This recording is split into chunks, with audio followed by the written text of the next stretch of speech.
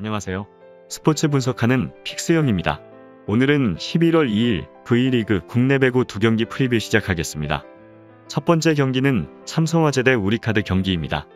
삼성화재는 예상을 뒤엎고 2연승을 질주 중인 상황인데 KB손해보험전에서도 러셀이 강력한 서브와 함께 55.8%의 공격 성공률을 기록하며 역전승을 이끌었고, 더 반가운 건 레프트 황경민의 부활입니다.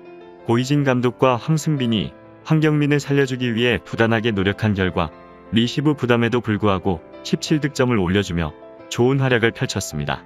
또한 신장호도 살아나는 모습을 선보이고 있는 점 역시 호재로 볼 수 있습니다.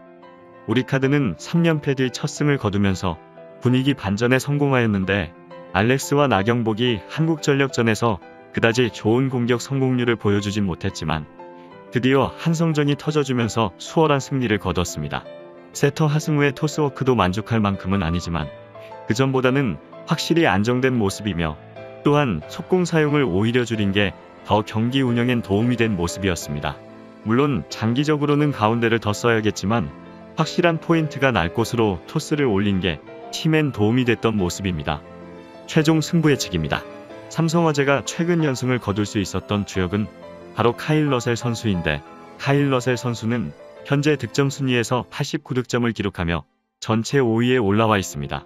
또한 오픈 공격 성공률은 무려 59%를 기록하며 2위 케이타 선수와 10% 이상 차이를 보이며 압도적인 1위를 기록하고 있는 상황입니다. 게다가 삼성화재 팀에게는 조금 더 좋은 소식이 들리고 있는데, 최근에 국내 윙스파이커 선수들의 공격력도 살아나고 있다는 부분입니다.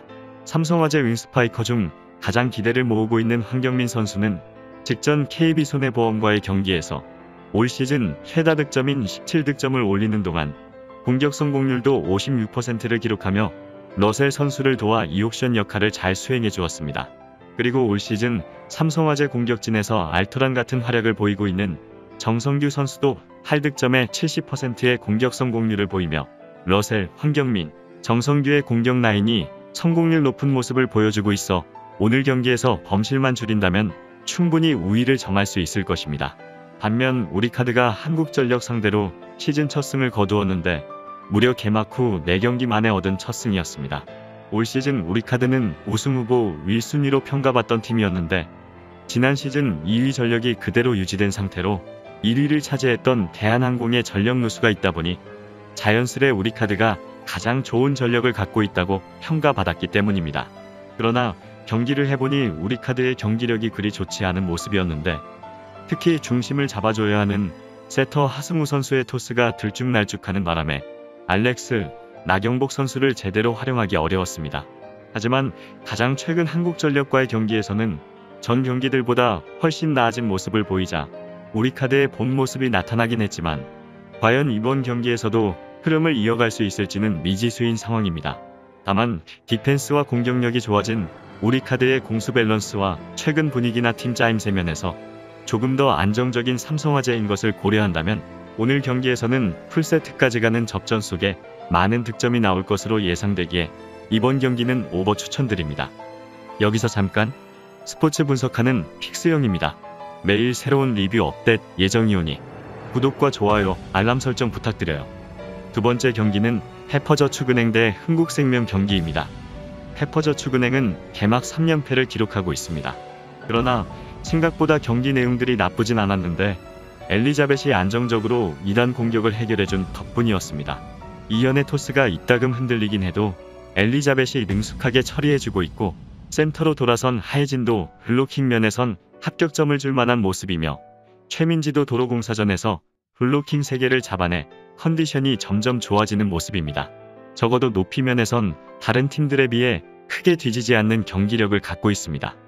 흥국생명은 1승 3패에 그치고 있지만 경기에서 보여준 건 나쁘지 않은 모습인데, 2년차 세터 박혜진이 기복은 있으나 높은 타점에서 올려주는 토스가 좋은 모습입니다.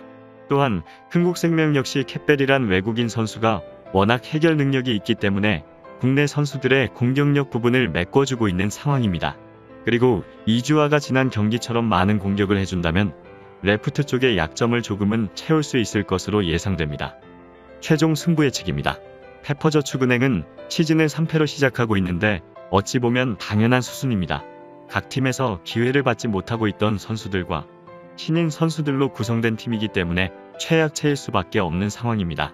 그래도 완전히 아무것도 해보지 못하고 시즌 전패에 가까운 성적을 낼 것이라는 예상도 많았지만 나름대로의 경쟁력은 보여주고 있습니다. 외국인 선수인 엘리자벳이 기대 이상의 공격력으로 팀을 이끌고 있고 하예진과 최가은, 최민지 등이 이루는 센터라인도 조금씩 나아지는 모습입니다. 1순위로 선발한 주전세터 박사랑이 부상으로 빠진 점이 아쉽지만 이현과 구솔이 나름대로의 역할을 해주고 있는 상황입니다. 반면 흥국생명은 1승 3패를 기록하고 있는데 GS칼텍스와 현대건설, KGC인304라는 강팀들에게는 모조리 패했고 기업은행을 상대로만 3대1로 승리를 따냈습니다.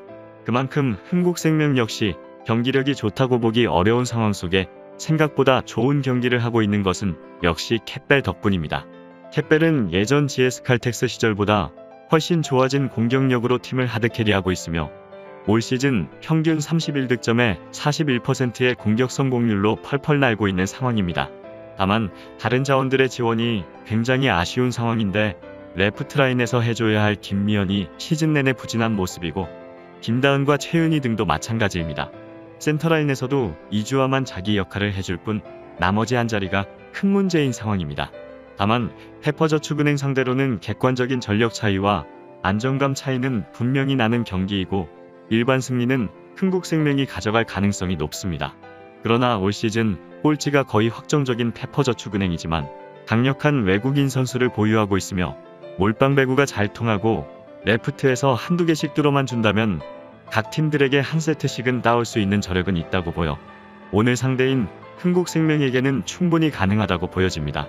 페퍼저축은행이 경기에서는 이기지 못하더라도 한두 세트는 충분히 가져갈 수 있는 전력 차이라고 보이는 경기이므로 이번 경기는 페퍼저축은행 프랜승 추천드립니다. 이상으로 11월 2일 국내 배구 분석을 마치겠습니다. 내일도 새로운 리뷰로 찾아오겠습니다. 최종 분석 및 조합픽은 오픈 채팅방에서 무료로 공유해드리니 영상 하단의 고정 댓글 클릭해주세요.